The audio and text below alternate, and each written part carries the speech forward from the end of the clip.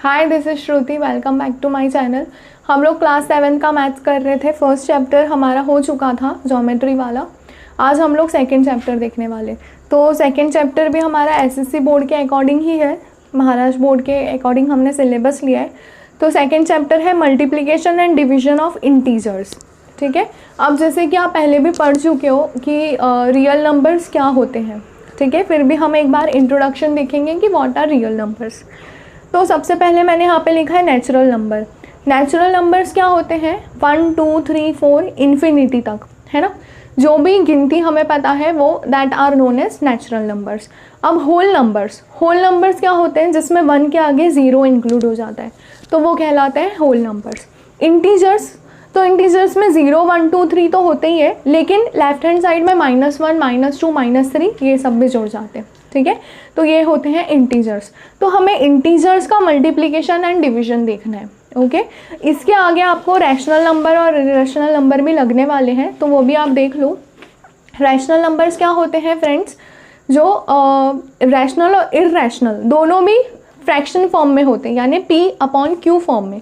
लेकिन rational number जो सिर्फ पॉइंट में होते हैं और पॉइंट के बाद कुछ पॉइंट बाद वो रुक जाते हैं या फिर रिपीट होते जाते हैं। ठीक है, और इरेशनल नंबर्स क्या होते हैं?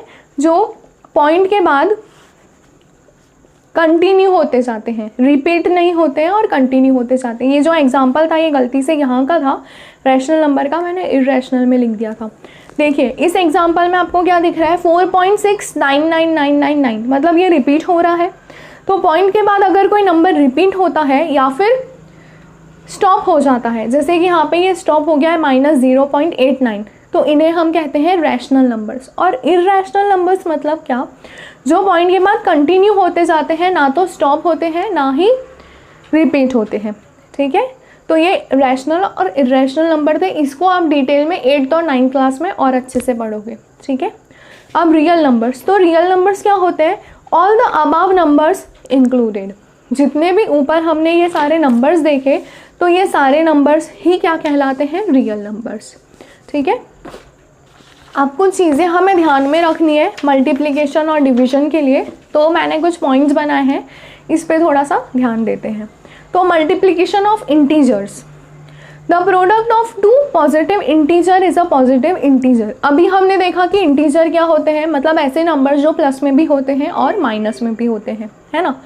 तो पॉजिटिव और निगेटिव दोनों का जब हम प्रोडक्ट करेंगे, प्रोडक्ट यानी जब हम मल्टीप्लाई करेंगे पॉजिटिव और पॉजिटिव को, तो हमें आंसर क्या मिलेगा? पॉजिटिव मिलेगा।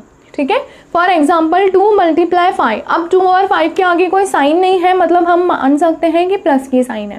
ठीक है, तो +2 और +5 का जब हम मल्टीप्लाई करेंगे तो हमें आंसर क्या मिलेगा? 10, है ना, +10। वैसे ही सेकेंड पॉइंट है, the product of 1 positive and 1 negative integer is a negative integer. अगर एक पॉजिटिव इंटीजर है और दूसरा नेगेटिव इंटीजर है और उन दोनों का हम प्रोडक्ट कर रहे हैं यानी मल्टीप्लाई कर रहे हैं, तो आंसर हमेशा क्या मिलेगा? निगेटिव मिलेगा। फॉर एग्जांपल एक पॉजिटिव इंटीजर हमने ले लिया 2 और दूसरा हमने ले लिया -5, तो 2 5 10 होता है, लेकिन ये एक निगेटिव है, तो हमें आंसर क्या मिलेगा? -10। समझ में आया? वैसे ही third point, the product of 2 negative integer is a positive integer. अगर दोनों भी नेगेटिव हैं और उसका हमको प्रोडक्ट करना है यानी मल्टीप्लाई करना है, तो आंसर हमें मिलेगा पॉजिटिव। जैसे कि -2 और -5, तो 5 2 तो 10 होता है, लेकिन माइनस माइनस क्या हो जाएगा? प्लस हो जाएगा। ठीक है, तो आपको मल्टीप्लिकेशन में ये बॉक्स ध्यान में रखना है। क्या ध्यान में रखना है? अब इसको याद कैसे रखना है? तो देखिए, अगर दोनों सेम रहेंगे, जैसे कि प्लस प्लस और माइनस माइनस, अगर मैंने क्या बोला? अगर दोनों सेम रहेंगे, प्लस प्लस माइनस माइनस, तो आंसर हमेशा प्लस में मिलेगा। आंसर हमें क्या मिलेगा? हमेशा प्लस में। लेकिन अगर दोनों उल्टे रहेंगे, मतलब माइनस प्लस या फिर प्लस माइनस, तो हमेशा आंसर माइनस में ही मिलेगा। समझ में आया? तो ये था मल्टीप्लिकेशन ऑफ इंटीजर्स। अब इसके बाद एक और टॉपिक है डिवीजन ऑफ इंटीजर्स। मतलब जब आप इंटीजर का डिवीजन करोगे, एक दूसरे से डिवाइड करोगे, तो क्या पॉइंट्स हमें ध्यान में रखने हैं? फर्स्ट है we can not divide any number by zero, हम किसी भी नंबर को ज़ीरो से डिवाइड नहीं कर सकते। फॉर एग्जाम्पल 2/0 हमने लिखा तो क्या ये डिवाइड होगा? नहीं होगा, और ये क्या कहलाएगा? इन्फिनिटी। ठीक है, हम किसी भी नंबर को ज़ीरो से डिवाइड नहीं कर सकते।